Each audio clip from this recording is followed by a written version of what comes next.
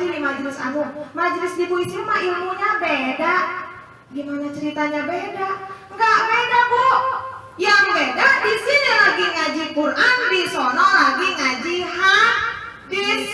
Pasti ilmunya lagi beda bab, beda pembahasan. Kalau ketemunya bareng mah ilmunya juga sama. Nah, kalau Bu Ismi fokusnya mengkaji tentang Al-Quran. Al-Quran aja enggak kelar-kelar, enggak hatam-hatam, betul?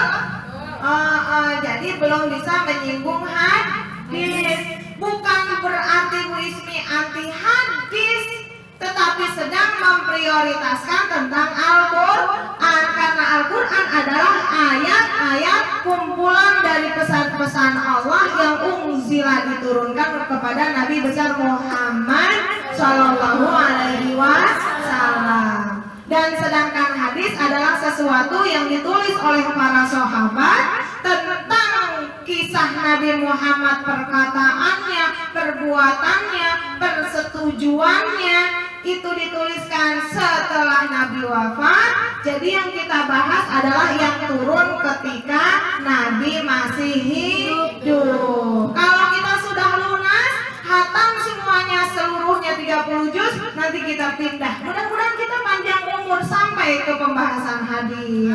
Amin ya rabbal alamin. Jadi mudah buat hadis ya, karena hadis kan panjang goib. Ya, gitu. Jadi nanti kalau kita menemukan hadis ini mirip sama Al-Quran ini, nah udah, itu berarti sudah tidak doif lagi, sudah tidak lemah.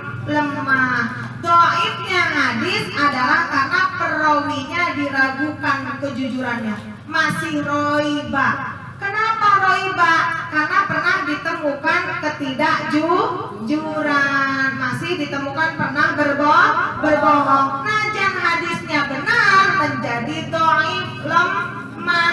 Nggak usah hadis Nabi, Bu Ida pernah bohong, Bu Ika Dodi enggak pernah bohong. Misalnya ya.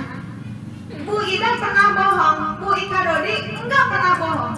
Walau beritanya sama, kalau datangnya dari Bu Ida pasti roiba lemah. Kita mencari keterangan tambahan, betul apa betul? Nah, begitu Bu Ika Dodi yang memberikan berita, karena Bu Ika Dodi enggak pernah bohong, akhirnya kita telan matang-matang. Mentah-mentah.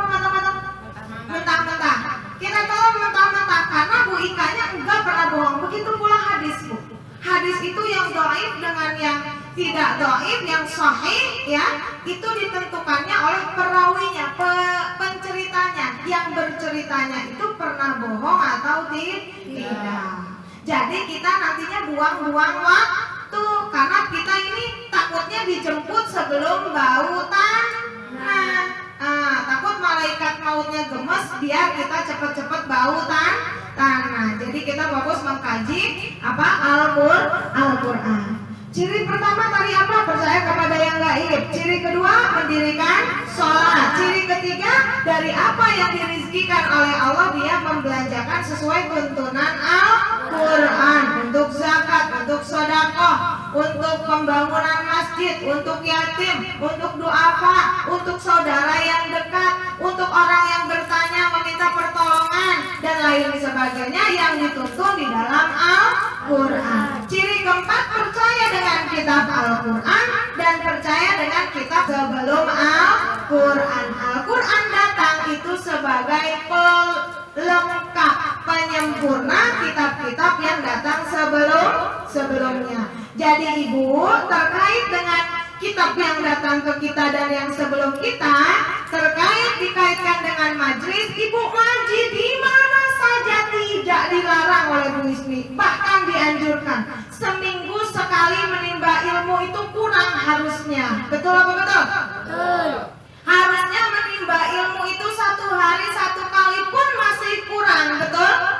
Nah, dimanapun Ibu ada tempat majlis, hadiri, datangi, buat tambahan wawasan kita. Jangan fanatik di satu majlis. Dan otak kita ini banyak bulir-bulir cabai di dalam otak kita seperti bulir cabai. Satu bulir cabainya 30 juz Al-Quran dihafalkan itu belum memenuhi satu memori kecil itu, Bu. 30 juz loh. Ibu itu apa Al-Qurannya udah berapa juz? Justru itu, Bu. Senjus gencang ya. Nah, berarti ini otaknya masih bersih. Kalau ibu mati ditemukan sama orang Jepang, otaknya diheman, segera dipulung. Dipulung kenapa? Otaknya masih bisa dicangkul. Bahwa banyak di antara kita yang kadang-kadang fanatik berimannya sama kitab sebelumnya aja, sama kitab yang baru enggak. Ya Bu ya, itu begitu kadang-kadang. Jadi kalau bisa kita mah orang bertakwa, dimanapun kita mendapatkan tambahan ilmu, di majelis bersama suami dan anak-anak, tiba-tiba anak nyeletuk, mama, tadi di sekolah ada itu, ada pengemis, kata bu guru, udah semua masuk, ayo, kakak mah ngambil uang jajan kakak dikasih, kata bu gurunya, bagus kakak, siapa yang ngajarin? Bundanya pinter katanya bunda. Orang kakak yang sodako, bunda yang dikatain pinter. Nah, di situ ibu ada kitab yang harus kita sempurnakan. Jangan sampai kita itu salah merespon ilmu yang datang. Duduk bersama suami cerita tentang teman kerjanya, maka itu kita harus bisa menjadi huda. Ya Bu ya. Lanjut di situ kita tutup dengan apa? Dengan wabil akhirati hum yuqinun.